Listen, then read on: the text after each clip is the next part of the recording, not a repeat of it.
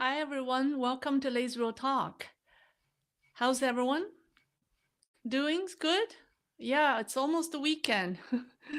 Okay, so 2 days ago, we discussed if Xi Jinping is really in control of his military. Now we question if he's in control of the party. Uh, his political setbacks began when his foreign minister Qin Gang ran into trouble in the summer of 2023. Since then, Xi Jinping has removed his defense minister, Li Shangfu, and the new defense minister Dong Jun is also reportedly under scrutiny for his connection to Miaohua. This week, she lost another key minister, the head of the CCP's organization department, the man in charge of all personnel decisions within the party. And this is a major political signal. When I say lost, it's different from how Qin Gang and Li Shangfu went down. So something very unusual just happened this week. Two members of the CCP's Politburo have swapped their jobs. Yes, literally switched roles while still in office. Shi Taifeng, who was head of the United Front Work Department, also the top-ranked vice chairman of the CPPCC, is now the new head of the organization department. Actually, let me share you pictures so you know who I'm talking about. Yes, so he is now Shi Taifeng. He was the head of the United Front Department, and he's now the head of the Central Organization Department. And then the other official, Li Ganjie, has taken over Shi's old job at the United Front. A direct job swap between two sitting Politburo members is unprecedented. It has never happened since the founding of the PRC in 1949. It's a first in the CCP's history. So on March 31st, the Politburo held a meeting. Xinhua News made no mention of any personnel changes.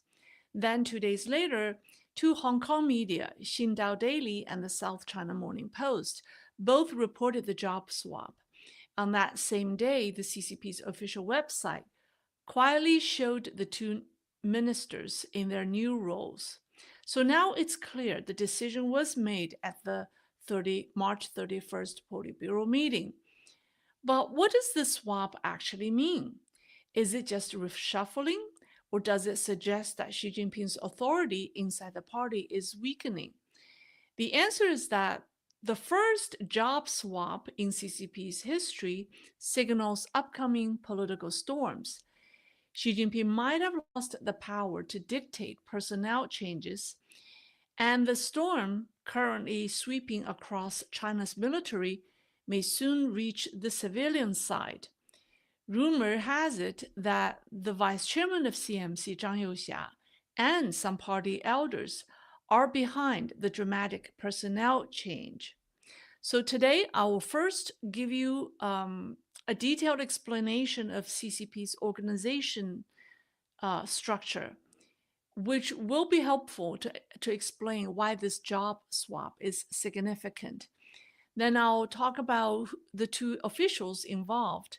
And last but not least, I'll share with you the information we heard about how Zhang Youxia is behind this. All right, so the story is riveting. Let's first talk about CCP's organizational structure. So unlike other governments, the Chinese government has two sets of organizations. The government apparatus, which is controlled by the State Council and managed by the Premier, and then the party apparatus, which is controlled by the party's Central Committee and managed by the party's Secretary General in this case, because they don't have a chairman. Right now, the CCP Central Committee has 6 functional departments: the Organization Department, the Propaganda Department, the United Front Work Department, the International Liaison Department, the Political and Law Commission, and the new Social Work Department, which was only created in 2023. The Political and Law Commission used to be called the Central Legal Commission before it was restructured in the 1990s. 1990s. Now, traditionally, organization, propaganda, united front, and international liaison are the core functions supporting the party's central commission. But if you take a closer look, these departments seriously overlap. Propaganda handles both internal messaging and external PR.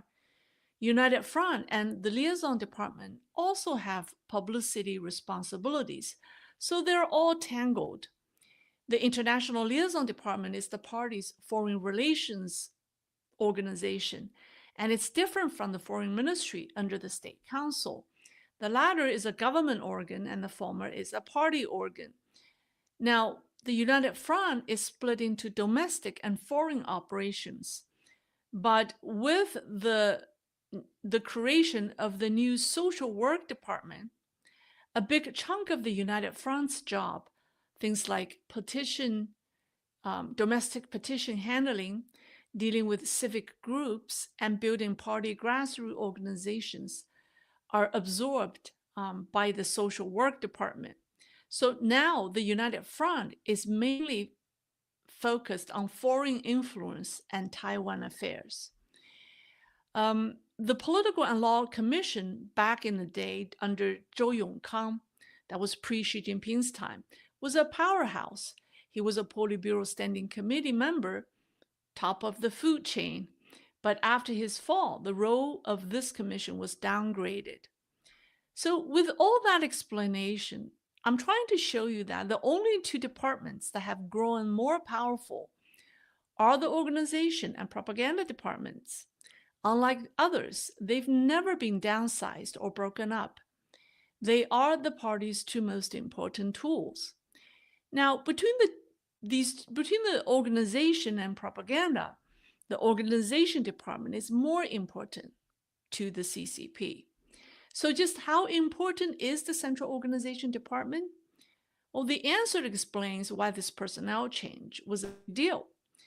The Central Organization Department has historically been a stepping stone to the Politburo Standing Committee members, or the Politburo Standing Committee, which is the highest governing body of the CCP. It's at the top of the food chain. Since 1975, a bunch of former heads of the organization department have climbed all the way up to the standing committee, such as Hu Yaobang, Qiao Shi, Wei Jianxing, Song Ping, He Guoqiang, Zheng Qinghong, Zhao Leji. So all these officials served as the organization department heads before making it to the top. Meanwhile, not a single United Front department head has made it to the standing committee in all that time. That comparison alone tells you this isn't just a random job swap. It's a power play. So why would a strong department and a weak department do a job swap, right? That's not just reshuffling. Whoever's taking over the stronger role is clearly getting a power boost, and the other one got a demotion. Now let's take a look at the two men who are swapping their jobs. Actually, I have another picture of them. They actually sat right next to each other. Look at their expressions, as if they know what's going to happen. I don't know when this picture was taken, but I think that a picture is worth 1,000 words, right? Okay, so let's talk about both of these officials. Let's talk about Li Ganjie first. So prior to the stroke rumors about Xi Jinping that surfaced in July last year, after the third plenum, three key officials had frequently accompanied Xi Jinping on domestic tours. They are Cai Qi, she's executive admin in party affairs, He Lifeng, the vice premier in charge of the economy, and Li Ganjie, the head of organization department. While Cai Cai Qi and He Lifeng would occasionally be absent, Li Ganjie was almost always present with Xi Jinping. Li Ganjie is considered a close ally of Xi. He was also a protege of Chen Xi, who was Xi Jinping's old roommate in college, who was also the former head of the organization department and currently the president of the Central Party School. So after Chen Xi became the head of the Central Party School, tasked with helping Xi select loyal and capable high-level officials, he handed personnel power to his trusted subordinate, Li Ganjie. And that's how Li Ganjie got the job. As the head of the party's HR, Li accompanied Xi Jinping on his domestic tours to assess the abilities and the loyalty of local officials. However, after the third plenum last July, when Xi Jinping was rumored to have suffered a stroke, Li Ganjie has not appeared during many of Xi's inspection tours, including the recent one to Yunnan and Guizhou. More notably, during that time, many of the new appointees to senior positions don't seem to have much affiliation with the Xi faction, while some officials with known ties to Xi Jinping have been removed or sidelined. Therefore, some people say Li Ganjie's being replaced is almost certainly connected to Xi's own loss of control, and the two developments are likely influencing each other. Now that Li is demoted, it may well signal that Xi Jinping's faction has lost its grip on personnel power. But some people may argue, this isn't Shi Taifeng, the former head of the United Front Work and the new head of HR, isn't he also promoted by Xi Jinping and a Xi affiliate? Doesn't that mean that Xi Jinping still controls personnel decisions? Well, Xi is not a die-hard member of the Xi faction. His background is more complex. So let's talk about Shi Taifeng. He graduated from Beijing University and was a classmate of the late former premier Li Keqiang. And in 1985, he began working at the Central Party School. And then in July 2001, he was appointed VP of the school. Now, from 1993 to 2003, Hu Jintao served as the school's president. And then from 2007 to 2012, the school's president was Xi Jinping. At the time, the president of Central School was a position reserved for CCP's crown prince. That's why both Hu Jintao and Xi Jinping, held that position. So Shi Taifeng worked directly under both of them, 10 years under Hu Jintao and 3 years under Xi Jinping. So you see, he had a longer time working for Hu than Xi.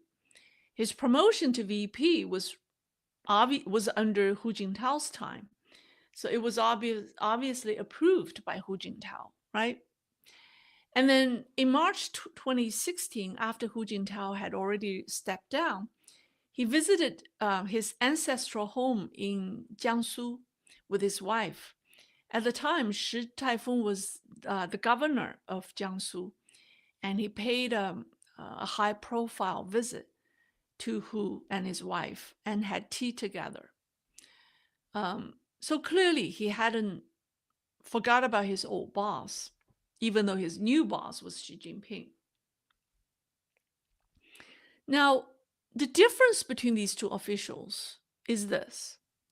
So unlike Li Ganjie, who is a die-hard loyalist to Xi Jinping, Shi Taifeng is well-rounded and has better relations with other senior leaders. Shi was already, and his promotions, and unlike Li Ganjie, whose promotions were mostly, driven by Xi Jinping or Xi Jinping's inner circles, Shi Taifeng was already a vice ministerial level official back as early as 2001. That's 11 years before Xi Jinping rose to the top.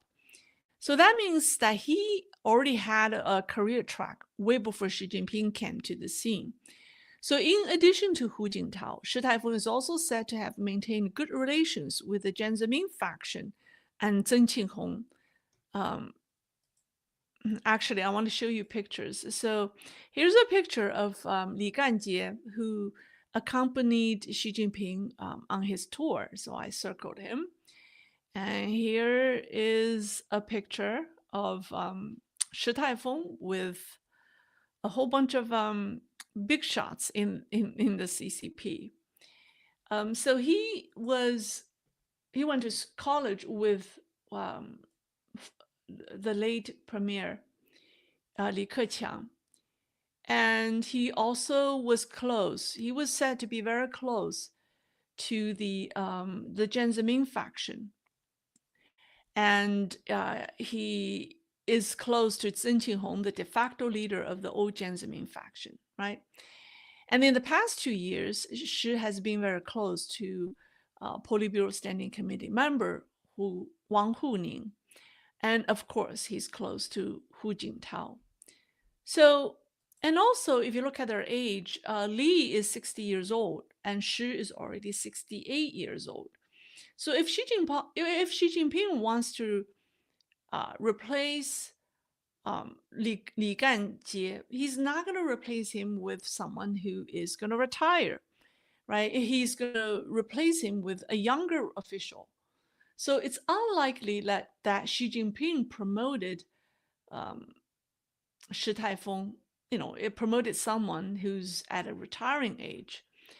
So Xi would want to, I'm sorry, so Shi Taifeng was put into the position by someone else, not Xi Jinping, someone else, right?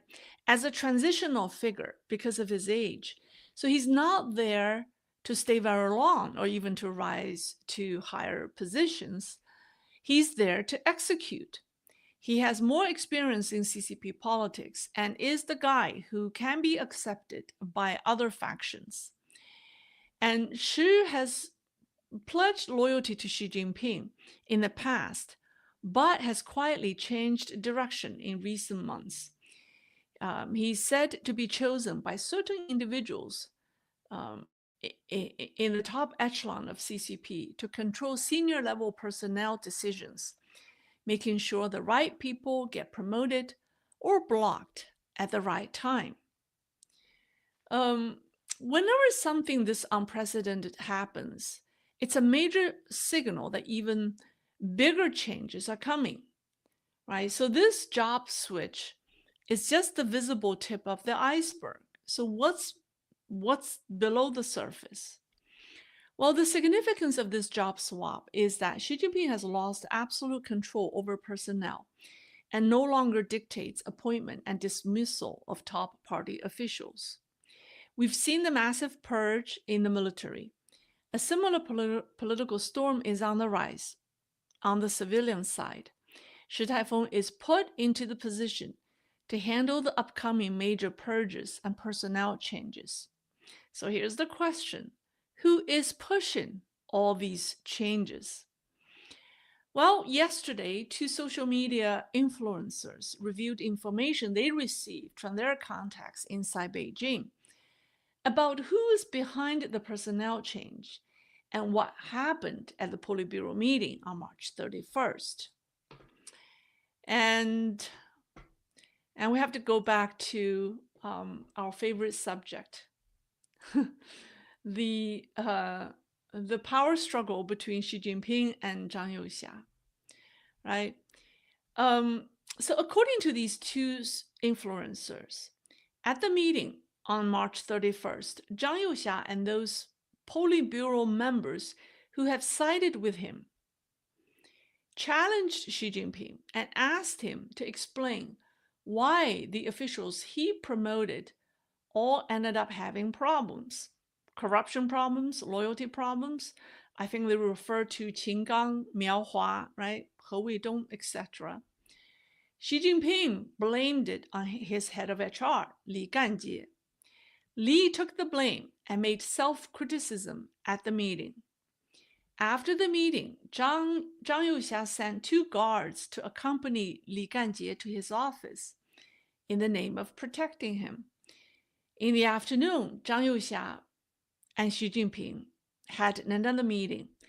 Zhang brought with him 2 officials, and they are these 2. Shi Taifeng. So they are Shi Taifeng and the deputy minister of the organization department. His name is Jiang Xingzhi. Zhang Youxia asked Xi Jinping to pick either Shi or Jiang to be the next minister of the organization department, and Xi Jinping picked Shi Taifeng. And he asked Zhang Youxia not to arrest Li Ganjie. Zhang was concerned that arresting Li would cause a political earthquake. So he agreed to have the 2 officials swap their job. This is the story behind the job swap.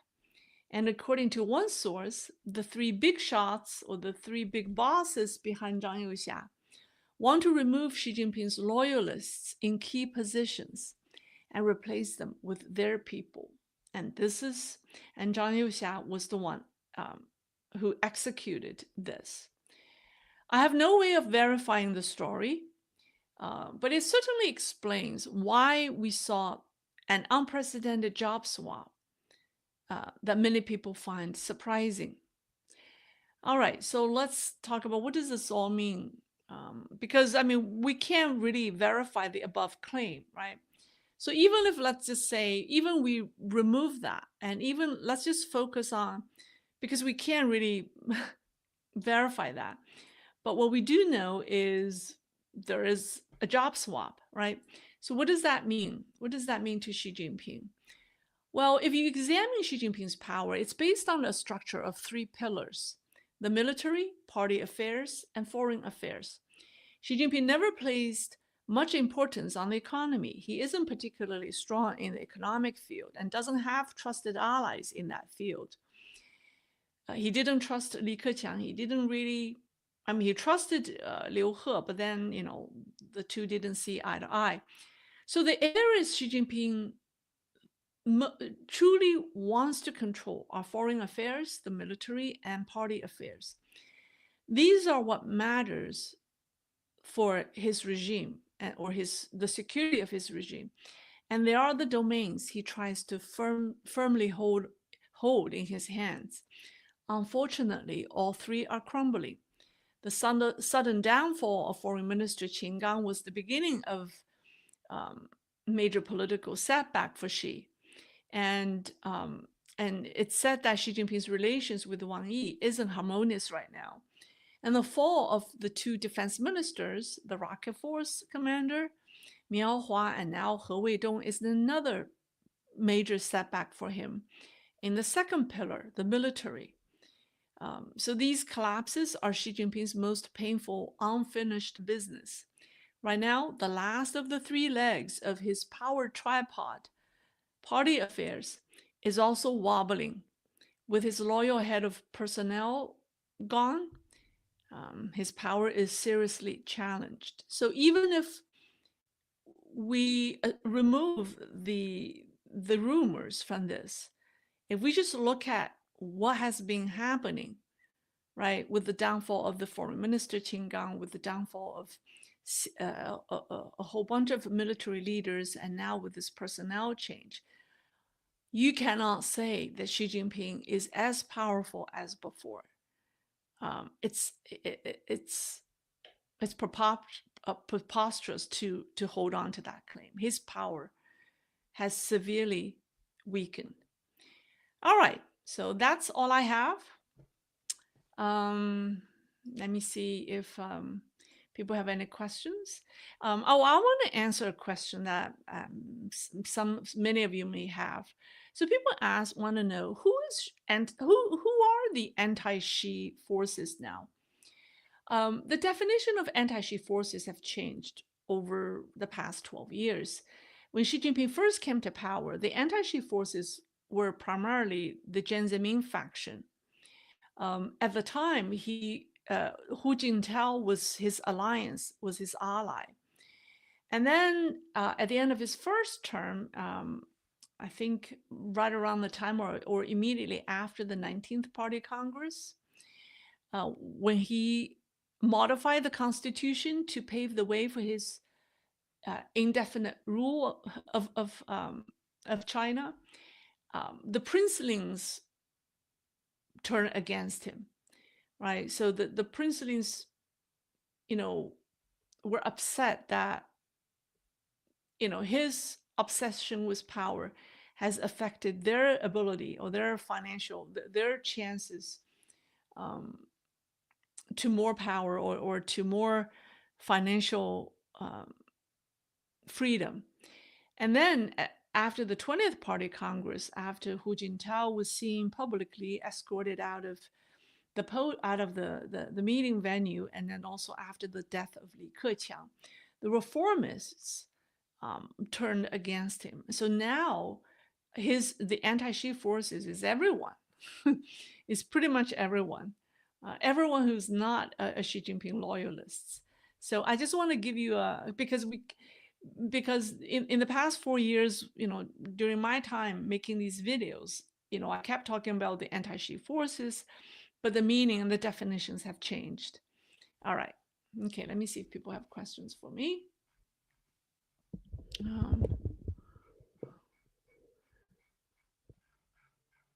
All right. Oh, here's a super sticker from Manny Kayla. Is teacup with cover common in Chinese cuisine? Teacup with cover, yes, because we believe that tea will be brewed better with a cover, because you need the steam. You keep with the cover, the steam is kept, the temperature is well kept in the teacup. And also, it's also common in Chinese, when you have soup, they also serve you in a teacup with a cover, because that keeps the soup warm.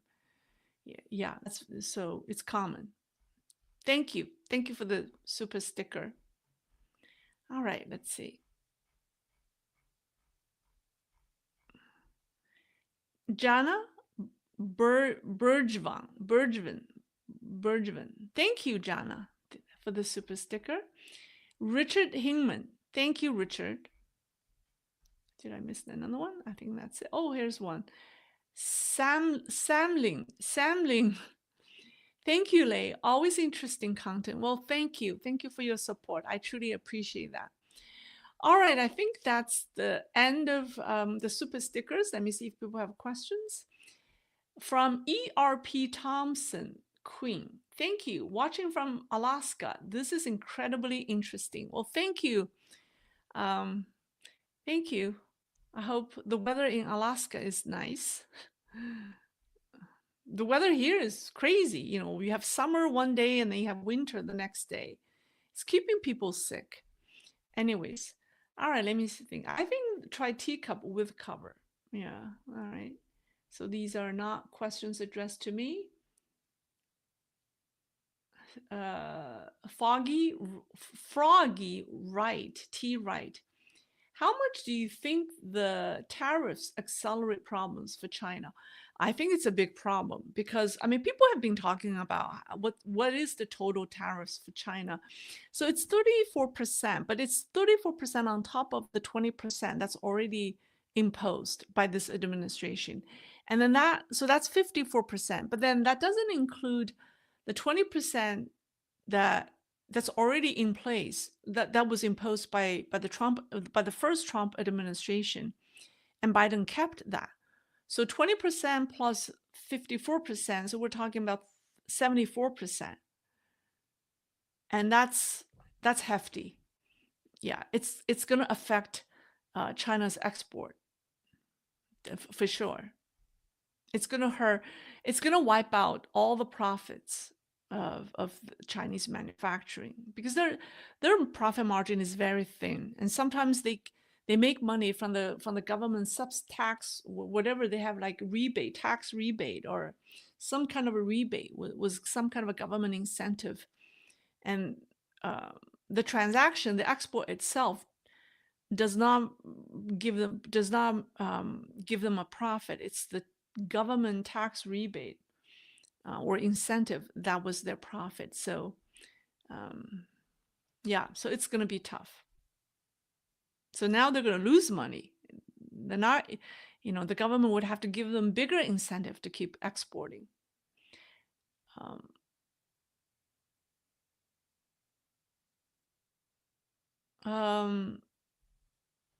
Let me see. What questions do I have?